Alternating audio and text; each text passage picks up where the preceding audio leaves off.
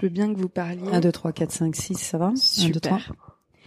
Bienvenue dans La Leçon, le podcast sur l'art d'échouer. Cette semaine, je suis honorée de recevoir Marie-Claude Pietragala. La danseuse étoile devenue chorégraphe de sa propre compagnie fête ses 40 ans de carrière sur scène avec La Femme qui danse, un seul en scène à partir du 14 octobre au Théâtre de la Madeleine. Après être passée tant de fois devant l'affiche de La Leçon, sa pièce de théâtre dansée, je me dis qu'en discutant ensemble des siennes de leçons, la boucle serait un peu bouclée. Bonjour Marie-Claude. Bonjour. Ensemble, on va parler de ce métier si particulier qu'est le vôtre et du fait que tout peut arriver. Alors les très très bons moments et puis aussi les échecs. Les moins bons, absolument. Bah oui, on est, j'en parle d'ailleurs dans La Femme qui danse, on est des artisans qui remettent leur ouvrage en permanence. Donc on doit avoir cette humilité. Et en même temps, on doit aussi avoir une certaine assurance. Hein. Quand vous montez sur scène, vous êtes à nu, donc il faut être fort psychologiquement et bien sûr physiquement, aguerri. Et c'est vrai que la scène est un espace de vie où tout peut arriver. Des choses magnifiques comme des choses qui vous mettent en grande difficulté. Et c'est là que je pourrais dire oui, un moment de vie qui fait que voilà, vous pouvez vous remettre en question ou quelque part c'est pas que vous tombez de votre piédestal, mais vous devenez vous avez une humilité face à ça. C'est vraiment le mot.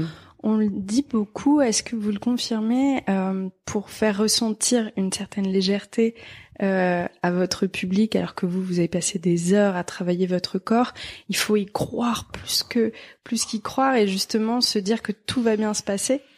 Oui, il y a un travail mental. Oh, un instant. Hop. Pascal, je suis en interview sonore. Ouais. Moi, je vais recommencer ma question. Je trouve ça intéressant lorsque vous dites que les plus belles choses peuvent se passer sur scène comme les plus mauvaises. J'ai l'impression que pour transmettre de la légèreté et de la beauté au public et qu'il oublie un peu tout le travail qu'il y a derrière, il faut avoir une certaine assurance sur scène que tout va bien se passer au départ. Oui, c'est-à-dire c'est aussi comme les sportifs, c'est-à-dire qu'on cache l'effort. Alors les sportifs un peu moins que nous, parce que nous, voilà, le fait de s'élever du sol et de sauter et de paraître léger, aérien, oui, c'est quelque chose qui fait qu'on doit complètement gommer et cacher l'effort physique, l'effort musculaire. Et puis il faut avoir ce mental incroyable de croire en soi, de pas s'excuser d'être là sur scène. C'est quand même important, et surtout d'emmener après le spectateur dans un univers, soit un imaginaire, soit les faire rêver, les faire se questionner, leur tendre aussi, je dis souvent, un miroir, parce que c'est aussi des fois ce que l'on exprime ou ce que l'on tente d'interroger, c'est aussi des interrogations du public. Puis on partage tellement d'émotions que évidemment ça aussi vient en compte. Alors vous allez me parler d'un moment sur scène en particulier. Oui. Alors c'est un moment assez important parce que c'était l'Opéra de Paris partait en tournée au Japon, donc quand l'Opéra de Paris se déplace, d'une façon assez importante, avec beaucoup d'effectifs, aussi bien les danseurs, il y avait toute la compagnie, que l'équipe technique, que l'administration, enfin voilà. Et puis il y avait ce spectacle qui est Don Quichotte, le Don Quichotte, la version de Rudolf Nureyev, qui est un chef-d'œuvre du répertoire classique. Et j'avais la chance de faire la première. Donc, vous étiez danseuse étoile. J'étais danseuse étoile, mais fraîchement nommée de 3 ans, voilà. Avec cette grande tournée, tout le monde partait du Japon. On avait tous envie, parce que le Japon est un pays qui aime énormément la danse, qui a un grand respect pour l'art chorégraphique et surtout un grand respect pour les artistes de l'Opéra de Paris. Donc à chaque fois que la compagnie, à chaque fois que la compagnie vient, c'est un événement, voilà. Et donc ce qui était fou, ce qui m'arrive, évidemment, vous vous préparez, faites les répétitions avec votre partenaire, avec tout le corps de ballet, vous vous préparez, le moment arrive, le spectacle, la première, vous êtes dans votre loge, vous vous maquillez, vous vous échauffez après sur scène. Et le personnage que j'interprète, qui est donc le personnage de Kitri, qui est le rôle principal, normalement sort de scène, sort en courant, fait un grand jeté, et commence sa variation, qui est une variation très brillante, faite de pirouettes, de sauts, voilà. Alors vous imaginez l'énergie, l'adrénaline que vous avez quand vous êtes en scène, et que voilà, donc vous posez le pied sur la scène, vous êtes dans la coulisse, vous posez les pieds sur la scène, et vous mettez à courir. Et là je me mets à courir et je fais 3 pas et je fais un vol plané, en traversant toute la scène. Oh là là. J'entends la musique défiler, parce que la musique quand le chef d'orchestre s'arrête pas, il me voit tomber, il s'arrête pas. Puis ça va tellement vite que ça va très vite, cerveau après une chute monumentale, hein. C'est-à-dire que j'avais pas fait un pas de danse, que j'étais déjà par terre. Et là, je sais pas comment vous dire, alors déjà, bon, vous dites, bon, bah, ça commence bien, parce qu'il vous reste 3 heures de spectacle à faire. 3 heures. En même temps, la pression que vous êtes mis, vous l'avez plus du tout, parce que c'est presque comique, si vous voulez. Quand encore vous tombez parce que vous venez de faire une prouesse technique, vous l'avez pas réussi, bon, voilà. Mais là, je fais 3 pas et je m'étale de tout mon long. Et vous présentez au Japon. Et je me présente devant toute l'audience et tout le monde fait comme ça. Et je vois la musique qui défile. Et là, je suis prise d'un fou rire. Oh là là. Et avec tous les danseurs autour de moi qui me disaient « Allez, Pietra, ça va. » Vous voyez les têtes en coulisses? Ah ben, je vois encore. Bah oui. Ouais. Ben, en coulisses, mais même sur scène. Parce qu'il y avait toute la compagnie qui était sur scène. Ils continuaient, eux, en faisant... Et c'était mon entrée. Il y avait plus personne qui dansait. Ah la vache. Donc, tous les regards étaient sur vous. De toute façon, tous les regards étaient sur moi. Ils pouvaient pas faire autrement que de m'avoir tous vu tomber. Tous. Vous savez, ça c'est vraiment le cauchemar qu'on a tous vécu. Ah, c'est le cauchemar, c'est ça, c'est le rêve. Mais non, Marie-Claude, vous êtes trop entraînée, ça ne vous arrivera pas. Jamais, ça pourrait, jamais. J'ai pensé que ça allait pouvoir, que la chute est possible, mais sur quelque chose de. Je me permets d'en rire parce que encore une fois, vous avez 40 ans de carrière, donc on sait que ça se termine bien, mais c'est. C'est surtout que j'aurais pu me faire mal. Genre, on aurait pu baisser le rideau, se dire bon bah voilà, soit une entorse, soit un truc. Non, je me suis relevée, j'ai éclaté de rire et j'ai continué tout le ballet. Incroyable. Premier acte, deuxième acte, troisième acte. Ah ben j'avais plus aucune pression. Là, je me suis regardée, je me suis vue d'avion, pas comme ça, rentrer sur scène et m'étaler de tout mon long sans avoir fait un pas de danse. Mais vous expliquez pourquoi? Pas du tout. Non, j'ai glissé. Encore aujourd'hui. Non, mais je pense que j'ai glissé. J'ai glissé, peut-être que j'étais trop fragile sur mes appuis, vous voyez, je sais pas, non, je l'explique. Oui, donc l'explique pas vraiment. Mais personne se l'explique parce qu'en plus ça va très vite, hein. Mais je me suis pas contentée de tomber, j'ai glissé, c'est-à-dire que j'ai fait au moins 2 mètres, j'ai fait un vol plané dans de Grise, 2 mètres. Ça aurait été vraiment une sacrée réussite. Oui, c'est ça. Et donc c'est là où vous vous dites bon bah alors il faut de l'humilité, voilà, on relativise quand même un peu les choses et puis on se dit bon bah voilà, puis c'est là où on s'aperçoit qu'on est des êtres humains. La chute c'est humain. Complètement. Donc d'ailleurs le public a redoublé d'applaudissements. Oui, c'est ça. J'étais donc affalée par terre et le public était en transe en train de crier bravo. Donc c'était complètement dingue. C'était surréaliste quoi, comme moi qui aime bien travailler la leçon là sur Ionesco qui est un auteur insolite. Là pour le coup c'était une situation insolite. Une sacrée leçon. C'est intéressant de se dire à quel point le public est presque plus empathique et plus en lien avec vous ensuite, en applaudissant de façon très forte. Là, il y a une véritable communion. Oui. De toute façon, je dis souvent que le spectacle vivant, le théâtre, c'est le dernier lieu de communion. C'est comme dans les grands matchs, les stades. C'est ça. C'est là où il y a une liesse, où quelque part les artistes emmènent le public à l'unisson. Dans ce qu'il y a de meilleur, comme des fois dans des accidents. Et non, on on n'en veut jamais. Moi aussi, j'ai été spectateur des fois et j'ai vu des gens tomber. On n'en veut jamais aux gens qui tombent. C'est rappeler tout d'un coup que l'art est fait par des humains, des êtres humains qui ont leur fragilité, leur faiblesse. Et c'est ce que vous vous dites, vous, sur le coup? Ah oui, bien sûr. Mais c'est ça qui est beau d'ailleurs. Mais moi, c'est ça qui m'intéresse en tant que chorégraphe et metteur en scène, c'est d'aller travailler sur la fragilité, sur l'équilibre, sur les déséquilibres.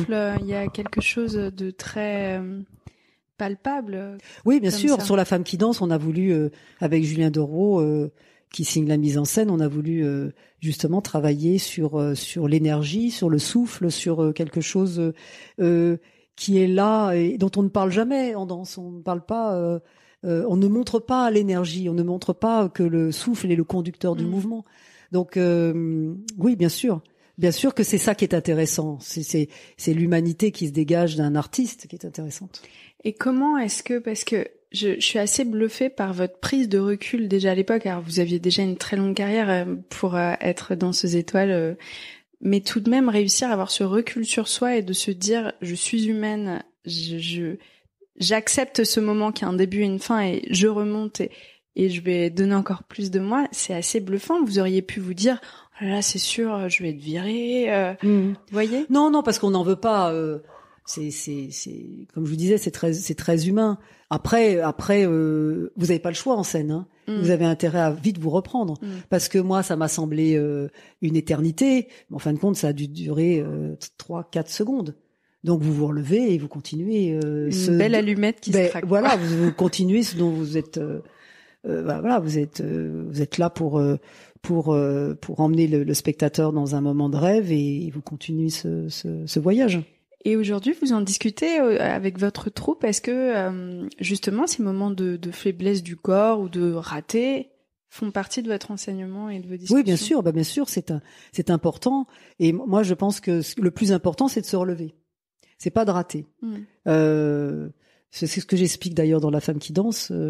C'est pas grave de rater. C'est pas grave de rater un mouvement. C'est pas grave de rater un porté. C'est pas grave. C'est la compréhension. C'est le fait de son échec. Comment on va réussir ce mouvement-là? Et puis ressentir. Je crois qu'on a besoin de passer par cette étape-là pour ressentir mieux son corps, non? Aussi comprendre les limites de celui-ci et comment contourner les choses. Absolument, comment contourner la difficulté. Oui, puis on pousse toujours les limites. En tant que danseur, on pousse toujours les limites de son corps. Après, il y a des jours où ça passe et il y a des jours où ça casse. Mais c'est dans la vie du danseur. Ça, c'est pas très grave en soi. On a tous eu des choses comme j'ai vécu au Japon, des moments où on tombe, où on loupe un porté, où c'est pas ça le plus important. C'est souvent les ratés qui vous font avancer. Et ce qui est fou, c'est que surtout c'est absolument pas ceux qu'on retient d'une carrière. Non, pas du tout. Sur votre fiche non, on en rigole d'ailleurs. C'est des anecdotes, on en rigole avec les copains, on se dit tu te rappelles. Mais je suis contente de cet échec parce que je le trouve à la fois drôle et hyper intéressant. Donc vraiment vous m'avez fait gagner mon épisode. Tant mieux. Mais c'est vrai que de toute façon, et c'est ça que j'adore moi. C'est pour ça que on a choisi aussi de présenter la leçon au Théâtre de la Madeleine. C'est toujours osciller entre le comique et le tragique. Et c'est ça qui est intéressant. Il n'y a pas l'un sans l'autre. Voilà. Et UNESCO a tout compris d'ailleurs. Et c'est ça qui rend l'humanité des êtres humains. Et à quel moment, il faut rire du tragique. Et puis je crois qu'on n'a pas le choix parce qu'en plus dans votre échec, c'est un raté. Mais ça aurait pu être vécu comme une humiliation. Alors il faut, je pense aussi, à un moment se poser la question de comment est-ce que je décide de réfléchir à cet échec et comment est-ce que je me relève. Et si je le ressens comme une humiliation profonde, c'est plus compliqué, je crois. En riant de ça. Oui, je crois qu'il faut pas le prendre comme une humiliation. Parce que c'est aussi se rabaisser. C'est pas parce qu'on est tombé qu'on est plus bas. Complètement. Moi, je pense qu'au contraire, peut-être parce que justement on est tombé, donc on est plus haut, parce qu'on sait maintenant comment les choses vont être, et puis on sait qu'on est des mortels, on sait que l'erreur est humaine et que voilà, ça nous enlève aussi un peu de superbe à se prendre pour des fois des artistes qui se prennent pour des demi-dieux. Voilà, on est des êtres humains. Hein. C'est donc l'échec. Voilà, c'est même pas l'échec d'ailleurs, c'est la faute. Oui. Voilà, elle est. Puis il y a presque un complexe de la réussite où on est dans une posture où on se dit qu'on réussit tellement qu'on commence à avoir justement trop peur de l'échec et donc on n'ose plus faire. Vous avez testé un peu les limites de votre corps et du coup vous comprenez et vous vous dites allez, où est-ce que je peux aller plus loin, plus haut. Oui, puis ça m'a pas empêché le lendemain de refaire le même spectacle. Bah oui. Et de réussir mon entrée. Vous voyez ce que je veux dire? C'est pas non c'est plus voilà, c'est ce qui aurait été très terrible, c'est qu'à chaque fois ça soit ça après. Donc là c'est mais là vous réécrivez Don Quichotte et puis on dit que c'est fait exprès. Voilà, c'est ça. C'est que j'arrive à plat ventre d'abord et pour me relever ensuite. Mais non, c'est. Vous en gardez quel souvenir de cette première tournée au Japon en tant que danseuse étoile? Oh formidable, hein. Formidable. C'est de toute façon je suis partie très très souvent au Japon pendant plus de 20 ans et c'est vraiment un public qui est très admiratif de la danse et en tous les cas de la danse classique, c'est sûr. Après la danse contemporaine, il y a peut-être un autre public au Japon, c'est peut-être plus sectorisé. Mais oui, donc il y a un accueil particulier. Oui, il y a un accueil de folie là-bas. Génial. Et quelle est la prochaine étape avec votre troupe? Alors la prochaine étape, d'abord, là cet été, on présente une pièce de Bernard-Marie Coltès dans La solitude des champs de coton au Festival d'Avignon, au Théâtre du Balcon, pour 21 représentations. Toujours le travail du théâtre du corps, c'est-à-dire d'allier le mouvement, la chorégraphie au texte, à la voix. Et puis à la rentrée, en alternance au Théâtre de la Madeleine à partir du 14 octobre, La Leçon, qui est la nouvelle création, voilà, la nouvelle création de la compagnie du théâtre du corps. UNESCO a beaucoup pris de moi. Voilà, avec Julien Dereau dans ce professeur fou, farfelu, puisque le pitch c'est une élève qui vient prendre un cours particulier avec un professeur de philologie et d'arithmétique, et en fin de compte on l'a avec Julien, on l'a transformé pour une leçon de danse. C'est-à-dire qu'on continue évidemment à lui enseigner, le professeur continue à lui enseigner l'arithmétique et la philologie, mais en même temps, il lui enseigne la danse. Et d'une façon très très farfelue. Génial. Et où il la submerge d'un savoir et où cette pauvre élève finit par complètement se liquéfier. Il dérègle le langage, aussi bien le langage oral que le langage du corps, et elle finit par plus rien comprendre du tout. Alors je raconte pas la suite. Bon, si les gens connaissent la leçon de Ionesco, ils savent comment ça va se terminer. Pour ceux qui ne connaissent pas la pièce de théâtre, on garde le suspense. Voilà. Et puis La femme qui danse, et là je reviens au Théâtre de la Madeleine puisque je m'étais inscrit l'année dernière pour 38 représentations. J'étais là de septembre à décembre, et là je reviens pour 12 représentations exceptionnelles de La femme qui danse. Voilà. Aujourd'hui, qu'est-ce que vous aimeriez dire à quelqu'un qui vient de faire une bourde un peu comme celle-ci et qui a du mal à prendre du recul sur la chose? Oh, il faut qu'il trace sa route. Il faut, c'est presque anecdotique. Et il faut pas que ça l'atteigne. Il faut que ça, effectivement, il faut rester humble devant ça. Il faut continuer à travailler. Il faut pas se décourager. La danse est un éternel recommencement. Donc tous les ans, comme un artisan, on remet son ouvrage et on recommence. Donc il faut pas lui donner plus d'importance que ça. Et puis ne jamais oublier qu'en 40 ans de carrière, il arrive des choses. Ça a moins d'importance. Il arrive des choses saugrenues, il arrive des choses étonnantes. Et ça en fait des podcasts. Et ça en fait des podcasts, et ça en fait des histoires qu'on peut raconter après à nos petits enfants. Autour d'un feu de cheminée. Il doit y en avoir des histoires sympas. Il y en a pas mal. La prochaine émission, je vous en raconterai une autre. Merci beaucoup. Merci à vous. Au revoir.